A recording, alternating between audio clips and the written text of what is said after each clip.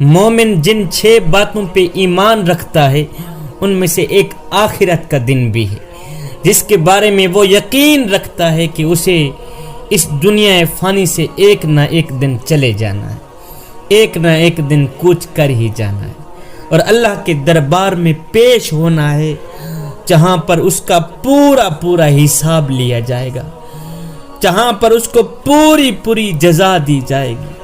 اگر اس نے ذرا برابر بھی نیک عمل کیا ہوگا تو اس کی جزا پائے گا، اور اگر اس نے رتی برابر بھی کوئی برا کام کیا ہوگا تو بس اس کی سزا ہی بھگتے گا۔ بس اس سوچ کی بنیاد پر یہ شخص دنیا کو دار فانی اور آخرت کو دار البقا سمجھتا ہے، اور اس کو آباد کرنے کے لیے ہر قسم کی کوشش کرتا ہے۔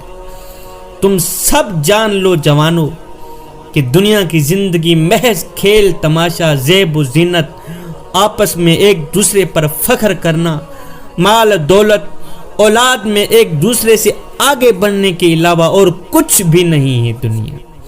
دنیا کی مثال تو اس بارش کی سی ہے جس کے اگنے والی فصل کسانوں کو خوش کر دیتی ہے، پھر وہ پک کر زرد ہو جاتی ہے، پھر آہستہ چور چور ہو کر ختم ہو جاتی ہے۔ یہ ہے دنیا کی مثال۔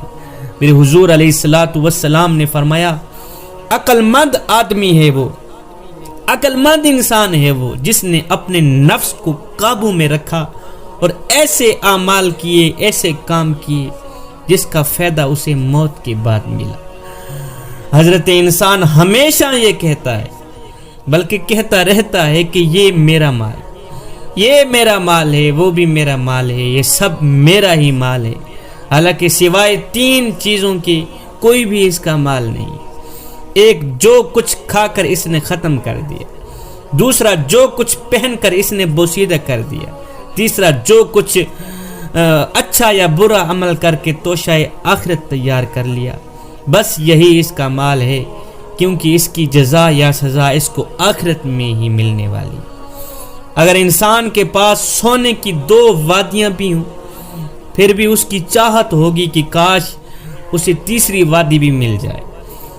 انسان کے پیٹ کو سوائے قبر کی مٹی کی اور کوئی چیز نہیں بھر سکتی۔ جوان، دنیا میں صرف موت ہی ایک ایسی اٹل حقیقت ہے جس کو ہر انسان تسلیم کرتا ہے اور جس میں اختلاف کی کوئی گنجائش ہی نہیں۔ کافر تو اسے اپنی زندگی کا اختتام سمجھتا ہے، کافر جو ہوتا ہے نا، وہ موت کو اپنی زندگی کا اختتام سمجھتا ہے، جبکہ مسلمان اسے آخرت کی زندگی میں داخل ہونے کا دروازہ اور رب کی بارگاہ میں حاضر ہونے اور اپنے اعمال کی جزا یا سزا پانے کا ایک ذریعہ سمجھتا ہے۔ موت، فرمان باری تعالی ہے کہ ہر متنفس کو موت کا مزہ چکھنا ہی چکھنا ہے، ہر شخص کو موت کا ذائقہ چکھنا ہی چکھنا ہے، اور تم کو قیامت کے دن تمہارے اعمال کا پورا بدلہ دیا جائے گا۔ دنیا میں کوئی ایسی پناہ گاہ نہیں جو انسان کی موت سے حفاظت کر سکے۔ اہل دنیا نے ہر بیماری کے علاج کے متعلق کافی پیش و رفت کی ہے، لیکن موت کے سامنے سب بے بس ہی بے بس۔ تم کہیں بھی رہو جوانو، موت تو تمہیں آ کر ہی رہے گی، خواہ مضبوط سے مضبوط قلعوں میں بھی جا کے رہو، چھپ جاؤ دنیا کی کسی بھی کونے میں، موت آ کر ہی رہے۔ روئے زمین پر انسانوں میں اگر کسی کو زندہ رہنے کا حق ہوتا تو اس کے سب سے زیادہ مستحق میرے حضور علیہ الصلوۃ والسلام ہوتے، لیکن آپ بھی اس دنیا رنگ و بو سے رب کی رحمت میں چلے گئے۔ اس لیے حضور علیہ الصلوۃ والسلام نے حضرت عبداللہ بن عمر کو نصیحت کرتے ہوئے فرمایا کہ دنیا میں اس طرح رہو جیسے تم اجنبی ہو یا مسافر ہو، صبح کرو تو شام کا انتظار نہ کرو، شام کرو تو صبح کا انتظار نہ کرو۔ اپنی صحت کو غنیمت جان لو اپنی بیماری سے پہلے اور اپنی زندگی کو غنیمت جان لو اپنی موت سے پہلے۔ جوانو، دنیا کو وطن نہ بنانا کہ تم میں اس میں عرصہ دراز تک رہنے کی آرزو پیدا ہو جائے۔ اس سے صرف اتنا ہی تعلق رکھنا جتنا کہ ایک اجنبی شخص جو کہ اپنے اہل و عیال کے پاس جاتا ہے اور جلد واپس لوٹنے کی تمنا کرتا ہے، خواہش رکھتا ہے، بس اتنا ہی تعلق رکھنا دنیا کے ساتھ۔ اس لیے میرے حضور علیہ الصلوۃ والسلام نے حکم دیا ہے، فرمایا تم لذتوں کو پاش پاش کرنے والی چیز کو کثرت سے یاد کیا کرو۔